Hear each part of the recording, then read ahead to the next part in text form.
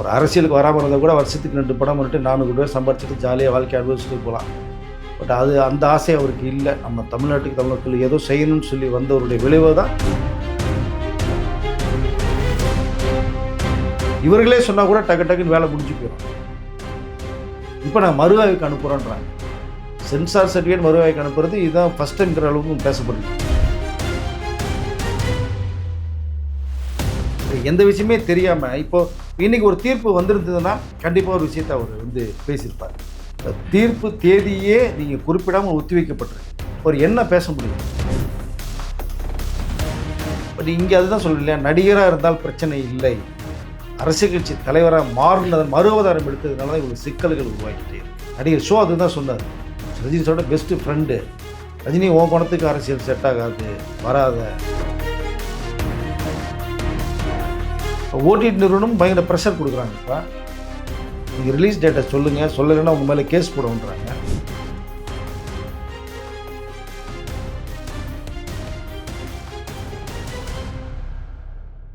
கரம் tax நேயர் அனைவருக்கும் வணக்கம். இந்த சிறப்பு நேர்காணலில் நம்மோடு இருக்கக்கூடிய ஆளுமை ஜேர்னலிஸ்ட் வெங்கடேசன் சார் தான். சார் வணக்கம். சார் வணக்கம் சார். தொடர் சிக்கலில் விஜய் இருக்கார். இன்றைக்கி ஜனநாயகம் வந்து உயர்நீதிமன்ற வழக்கு வந்திருக்கு. ஸோ தீர்ப்பு இப்போ வரும், அடுத்த செகண்ட் அப்படின்னு எல்லாரும் பரபரப்பாக இருந்தும் திரும்பவும் தீர்ப்பு வந்து ஒத்தி வச்சிருக்காங்க. என்ன தான் சார் பிரச்சனை ஜனநாயகத்துக்கு? இந்த தீர்ப்பு ஒத்தி வைக்கப்பட்ட தீர்ப்பை வந்து நம்ம எதிர்பார்க்கல, யாருமே எதிர்பார்க்கல.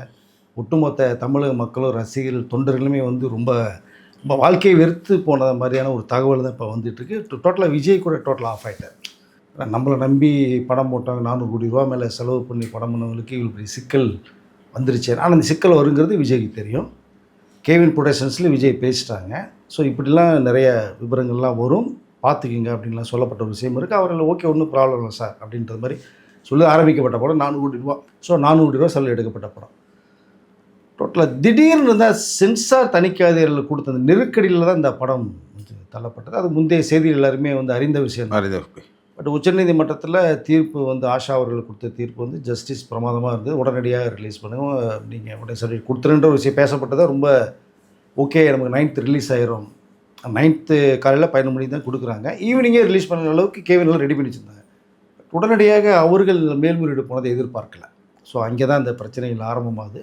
ஸோ இன்றைக்கு எப்படியாவது உச்சநீதிமன்றம் கூட நீங்கள் உயர்நீதிமன்றத்தை சொல்கிறத நீங்கள் ஃபாலோ பண்ணீங்கன்னு சொல்லி அந்த மனுவை தள்ளுபடி பண்ணாங்க. இன்றைக்கு சிறப்பான ஒரு தீர்ப்பு வந்துடும் எல்லாரும் நினச்சிட்டு இருந்த சமயத்தில் இப்போ தமிழ் திரையுலகமே அதிர்ச்சியில் இருக்குது. இப்போ அப்படி என்ன பதில் சொல்கிறது, அடுத்த கட்டம் என்ன பண்ண போகிறது அப்படிங்கிறது தெரியாத அளவுக்கே நம்ம ஹோல் இண்டஸ்ட்ரியே லாக் ஆகிருக்கு இப்போ.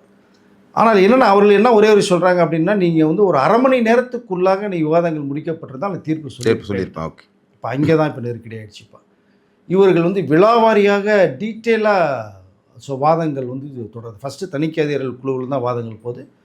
அப்புறம் இவர்கள் சார்பாக கேவின் சார்பாக போகுது. டைம் இல்லாதனால தேதி குறிப்பிடாமல் தீர்ப்பை ஒத்தி வைக்கப்பட்டிருக்கு. மேபி எனக்கு தெரிஞ்சு நாளைக்கு கூட வரது வாய்ப்புகள் இருக்கும்னு நான் நினைக்கிறேன், நான் நம்புகிறேன். நான் அதை வந்தால் சிறப்பாக இருக்கும். ஒருவேளை நாளைக்கு இந்த தீர்ப்பு ஒத்தி வைக்கப்பட்ட தீர்ப்பு நாளைக்கு வராமல் இருந்ததுன்னா எப்போ வருங்கிறது தெரியாது. சென்சார் போர்டில் மறு ஆய்வுக்கு போய் தான் வரணும்னு ஒரு கட்டாயம் தள்ளப்பட்டால் கண்டிப்பாக 1 மாத காலம் எடுக்கும். மறு ஆய்வுக்கு படம் போய் அவர்கள் குழு இனிமேல் தான் அமைக்கப்பட்டு பார்த்து வர்றதுக்கான விஷயங்கள் இப்போதைக்கு நடக்கிற காலம் இல்லை. உங்களுக்கு பிப்ரவரி 15 மேலே ஆகிடும். அப்போ தேர்தல் அறிவிப்பு தேதியும் உங்களுக்கு வந்துடும். இப்படி வந்துருச்சு அப்படின்னா படம் ரிலீஸே ஆகாத அளவுக்கு தள்ளப்படும். அங்கே ஒரு மிகப்பெரிய ஒரு நெருக்கடி இன்று வந்து ஜனநாயகத்துக்கு உருவாகிருக்கு. இல்லை சார், இது என்ன பிளான்னு உங்களுக்கு? என்ன தணிக்கை கூட இந்த அளவுக்கு செயல்பட்டு நம்ம யாருமே சினிமா விளையாடுற கேட்டதே இல்லை. தமிழ் சினிமாவும் ரொம்ப ஸ்லோவாக இருக்குன்ற ஒரு பார்வை இருக்குல்ல. சரி, ஒரு ஜீவாவோட ப்ரெஸ் மீட்டில் ஒரு ஜேர்னலிஸ்ட் கேட்குறாரு, விஜய் படம் வரல சொல்லிட்டு நாங்கள் தெலுங்கில் அவ்வளோ பிரச்சனை பண்ணுறோம், போராட்டத்துக்கு தான் அந்தளவுக்கு நாங்கள் தயாராக இருக்கோம், உங்கள் இன்ட்ரெஸ்ட் வந்து பேசவே இல்லையே அப்படின்ற ஒரு கேள்வி வைக்கிறாங்க. விஜய்க்கு தமிழ் இண்டஸ்ட்ரியில் ஒரு சப்போர்ட் பண்ணுற அளவுக்கு யாரும் இல்லையோன்ற ஒரு பார்வை இருக்குது சார். இல்லை, அந்த பார்வை எல்லாருக்குமே இருக்குது கண்டிப்பாக. ஏன் விஜய்க்கு வந்து குரல் கொடுக்காமல் இருக்காங்க? நான் படம் சம்மந்தப்பட்ட விஷயம். இனி அரசியல் ரீதியாக சப்போர்ட் பண்ண அவசியம் இல்லை. அவர் தனி ஒரு மனிதனாக போராடிக்கிட்டு போகிறாரு. அரசியலில் நீங்கள் ஆறுதல் சொன்னாலோ சப்போர்ட் பண்ணாலோ உங்களுக்கு நெருக்கடியில் வரலான்னு சொல்லி நிறைய பேரோட பயந்துட்டு கூட இருக்கலாம்.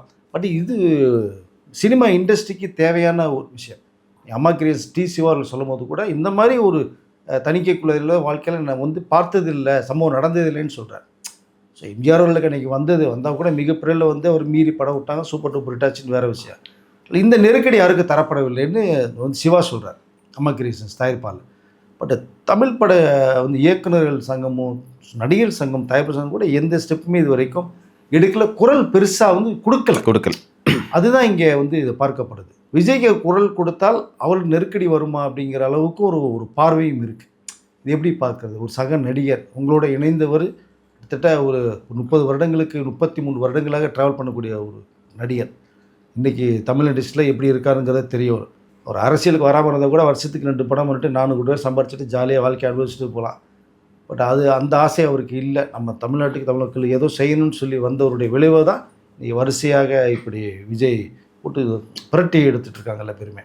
ஸோ ஜனநாயகன் படமும் கிட்டத்தட்ட அந்த மாதிரி தள்ளப்பட்டுருச்சு. இப்போது ஏன் வரல, எதுக்கு வரல அப்படின்னா நிறைய காரணங்கள் இருக்குது. அரசியல் ரீதியாக போனதுனால ஒரு விஷயமும் இங்கே பேசப்படுது. இப்போது 17 கட்ஸு கொடுத்தாங்க, 16 கட்ஸ் ஏதோ கொடுத்து முடிச்சுட்டு மீட் பண்ணிவிட்டு நாங்கள் எல்லாமே கொடுத்தாச்சு தணிக்கையாளர்கள் கேட்டதுன்றதை கேவின் ப்ரொடக்ஷன் சொல்கிறாங்க. மேற்கொண்டு தள்ளுறதுக்கான காரணம் என்ன? நீங்கள் சர்டிஃபிகேட் தரேன்னு சொல்லிட்டாலே 2 டேஸில் கொடுத்தாங்கன்ற ஒரு விதிமுறையும் இருக்குதுன்னு சொல்லி கேவி ப்ரொடக்ஷன் சொல்கிறாங்க. ஸோ இவர்கள் வந்து மறு ஆய்வுக்கு போச்சு அப்படின்னா 20 நாளைக்குள்ளே மறு ஆய்வு முடித்து சர்டிஃபிகேட் கொடுக்கணும். தர முடியலன்னு நீங்கள் உயர்நீதிமன்றமாக நீங்கள் போகலான்ற அளவுக்கு தணிக்கை குழுவுடைய சார்பாகவும் பேசப்பட்ட ஒரு விஷயம் இருக்குது. ஸோ 13 நாட்கள் நீங்கள் தரேன்னு சொல்லிட்டு தராமல் இருந்தது. ஜனவரி 5ஆம் தேதி நீங்கள் மறு ஆய்வு சொல்லும் போது இவங்க கோர்ட்டுக்கு போகிறாங்க. கோர்ட்டுக்கு போனதில் உடன்பாடு இல்லை. சென்சார் தணிக்கை அதிகாரிகளுக்கு வந்து உடன்பாடு அதில் இல்லை. ரெண்டாவது, அந்த தணிக்கை அதிகாரி பர்டிகுலர் யார், மேஜர் பெரியவங்க, அவர் பார்த்தாரான்னு ஒரு கேள்வி கேட்கப்பட்டு அவர் பார்க்கவே இல்லை. ஓகே, அப்போது நீங்கள் மற்ற ஒரு 5 பேர் கொண்ட குழு மட்டும்தான் பார்த்துருக்கு. அப்போது நீங்கள் கொடுக்குற ஸ்டேட்மெண்ட் பிரகாரம் வச்சு சர்டிஃபிகேட் கொடுக்க வேண்டியது அவர் தான் கொடுக்கணும்னு நினைக்கிறேன் நான். அப்படிங்கும்போது அவர் பார்க்கவே இல்லைன்னா இது எப்படி பார்ப்பது தெரியல. ஸோ இந்த 5 பேர் கொண்ட குழுவாக நீங்கள் எல்லாம் விவாதிச்சிருப்பீங்க. நீங்கள் படம் முடிச்சோடனே ஒரு டிஸ்கஷன் போயிடுங்க. ஃபஸ்ட் ஹாஃபில் ஒரு 1/2 hour போங்க, செகண்ட் ஹாஃபில் 1/2 hour போய் 1 hour டிஸ்கஷன் பண்ணி இது யூஐஏவான்னு சொல்லி அப்போயே டிசைட் பண்ணிடுவாங்க. சில கட்ஸ் எல்லாம் கொடுப்பாங்க. நீங்கள் கட்ஸு கொடுத்தது நீங்கள் கொடுத்துட்டீங்க அப்படின்னோம்னா உங்கள் சர்டிஃபிகேட் கையில் கொடுத்துருவாங்க. இதுதான் ப்ரொசீஜர். இது ஒரு 10-12 நாளைக்குள்ளே எல்லாமே முடிந்து போகும். பட் இங்கே ஓகேன்னு சொல்லிட்டு நீ வெளியே போனதுக்கப்புறம் ஒரு நபருக்கு சொல்லும்போது அது அந்த ஒரு நபர் எதற்காக சொன்னாங்க, எதை நோக்கி சொன்னாருங்கிறது அந்த ஒரு விஷயந்தான் பேசப்பட்டுட்டு. பட் அதையும் நீங்கள் கொடுங்க, நான் கட் பண்ணி தரேன்னு சொல்கிறதா ஒரு தகவல் வருது. பட் அதுவும் நீ மறுவாய்வுக்கு தான் நாங்கள் அனுப்புவோம்ட்டாங்க. இவர்களே சொன்னால் கூட டக்குன்னு வேலை முடிஞ்சு போயிடும். இப்போ நான் மறுவாய்வுக்கு அனுப்புகிறோன்றாங்க. சென்சார் சர்டிஃபிகேட் மறுவாய்வுக்கு அனுப்புறது இதுதான் ஃபஸ்ட் டைம்ங்கிற அளவுக்கு பேசப்பட்டு இருக்கு. ஸோ அவர்கள் எப்போ பார்ப்பான்னு தெரியாது. நீ அவர்கள் போய் கட்டாயப்படுத்தும். ஓகே, அப்போ அவர்கள் நான் இந்த தேதியில் பார்ப்போம் அப்படின்னாலும் ஒன்றுமே பண்ண முடியாது. 1 மாதம் ஆகும். ஸோ தமிழ் திரையுலகமும் நீங்கள் சொன்னது மாதிரி தமிழ் திரையுலகம் குரல் கொடுக்காதது மிகப்பெரிய வருத்தத்தக்க ஒரு செயலை தான் நான் பார்க்குறேன். நான் இல்லை சார், விஜய் படம்னாலே பொதுவாக ஏதாவது ஒரு இஷ்யூ வரும். அவர் மலேசியாவிலே சொல்லிட்டார், என் படம்னாலே பிரச்சனை வரும் அப்படின்னு. திரும்ப இந்த சென்னை பற்றி இவ்வளோ பிரச்சனை வரும்போது நீதிமன்றத்திலும் சரி, பொதுமக்களையுமே சரி, எல்லா இடங்களும் பேசுகிறாங்க ஓரளவுக்கு. பட் ஆனால் விஜய் ரொம்ப கீப் குவைட்டாக இருக்காரு. அதை பற்றி பேசவே இல்லை. கரூர் பிரச்சனைக்கு பேசலை, திருப்பங்குன்றத்துக்கு பேசலை, ஆணவப்படுகொலை நடக்காத போது பேசலை, கவின் விஷயத்துக்கு பேசலை, தொடர்ந்தாலும் இப்போ அவர் விஷயத்துக்கு அவர் பேசாமல் சைலண்டாக இருக்காரு. அதில் அவர் பேசியிருக்கலாம், இல்லை சொல்லியிருக்கலாம். அது சொன்னால் இது வேறு மாதிரியான மூவ் ஆன் ஆகுமே. இவர் ஏன் சைலண்டாக இருக்கணும்னு ஒரு கேள்வி இருக்குல்ல சார்? இல்லை, அதுதான் இப்போ எல்லாருடைய கேள்வியும் விஜய் ஏன் இன்னும் பேசாமல் இருக்கார் அப்படிங்கிற விஷயம் இருக்குது. ஆனால் இதனுடைய ஒரு இறுதியான முடிவு தெரிந்த பிறகு பேசலான்னு இருக்கிறதா ஒரு தகவல் வருது. எந்த விஷயமே தெரியாமல் இப்போது இன்றைக்கி ஒரு தீர்ப்பு வந்திருந்ததுன்னா கண்டிப்பாக ஒரு விஷயத்தை அவர் பேசியிருப்பார். இப்போ தீர்ப்பு தேதியே நீங்கள் குறிப்பிடாமல் ஒத்தி வைக்கப்பட்டிருக்கு. இப்போ அவர் என்ன பேச முடியும்? ஸோ எப்படி நீங்கள் ஏன் தரலைன்னு கேள்வி கேட்க முடியுமா? இல்லை கண்டிப்பாக கொடுத்தே ஆகணும்னு சொல்ல முடியுமா அவரால்? ரெண்டுமே சொல்ல முடியாது. இப்போ விஜய் எதை வாய் திறந்தாலுமே அது ஒரு கான்ட்ரவர்சியாக மாறும். அப்படி ஒரு சூழ்நிலையில் விஜய் இன்றைக்கி இருக்கார். தலைவா படத்துக்கு 7-8 படத்துக்கு ஒரு ப்ராப்ளம் வந்துச்சுங்க. தலைவாலேருந்து நீங்கள் சர்க்கார்லேருந்து மெர்சல்லேருந்து கத்திலேருந்து ப்ராப்ளம் நிறையா வந்தது. அன்றைக்கி வெறும் நடிகராக மட்டுமே இருந்தார். அரசியல் கட்சி தலைவராக அவர் இல்லை. தாண்டி வந்துட்டார். இன்றைக்கி அதை தாண்டி வர முடியல. விஜயோடைய செல்வாக்கு என்ன இருக்குன்றத தமிழக மக்கள்கிட்ட என்ன கொடுத்துருன்றதை காமிச்சிட்டார் எல்லாத்தையுமே. அதுலேருந்து எல்லா பேரும் மீண்டு வர முடியாமல் இருக்காங்க. அப்போ இங்கே என்ன குரல் கொடுப்பார் அப்படிங்கிற ஒரு விஷயம் பேசப்பட்டு கண்டிப்பாக குரல் கொடுப்பார். பட் அதுக்கு ஒரு நேரம் வரணும். இதனுடைய தேதி இப்போ குறிப்பிடாமல் ஒத்தி வச்சுருக்காங்க. ஒருவேளை இந்த தீர்ப்பு இல்லை சென்சார் போர்டு மறுவை போய் தான் வரணுங்கிற மாதிரி வந்துட்டால் ஏதோ ஒரு தீர்ப்பு வந்தாலும் சந்தோஷம் தான். பட் ஏதாவது முடிவு எடுப்பாங்க.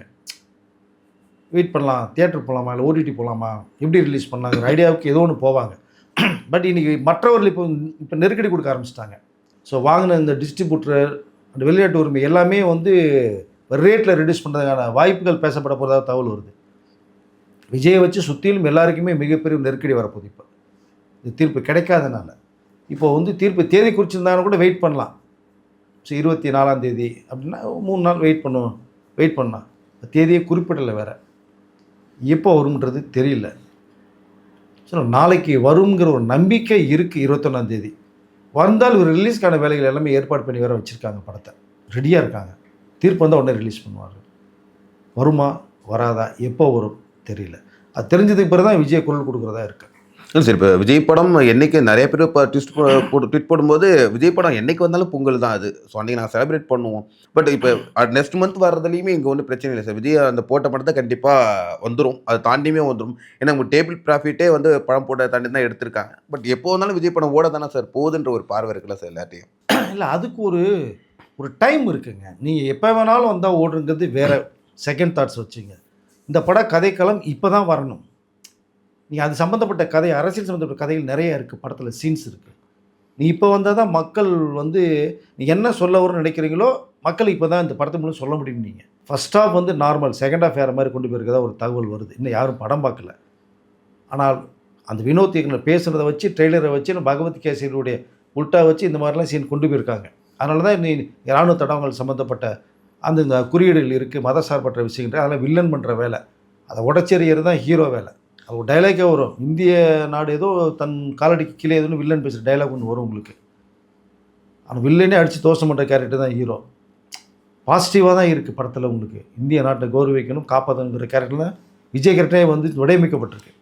இதுக்கு முன்னாடி நீங்கள் பீஸ்டெல்லாம் பார்த்தீங்கன்னா அந்த இராணுவ பண்ணியிருப்பார், துப்பாக்கி படத்துலேயும் அதெல்லாம் பண்ணியிருக்காரு. அதனால் இராணுவத்தை எந்தளவுக்கு மரியாதையாக அது படத்தில் கொண்டு வருங்கிறது விஜய் கண்டிப்பாக தெரியும்.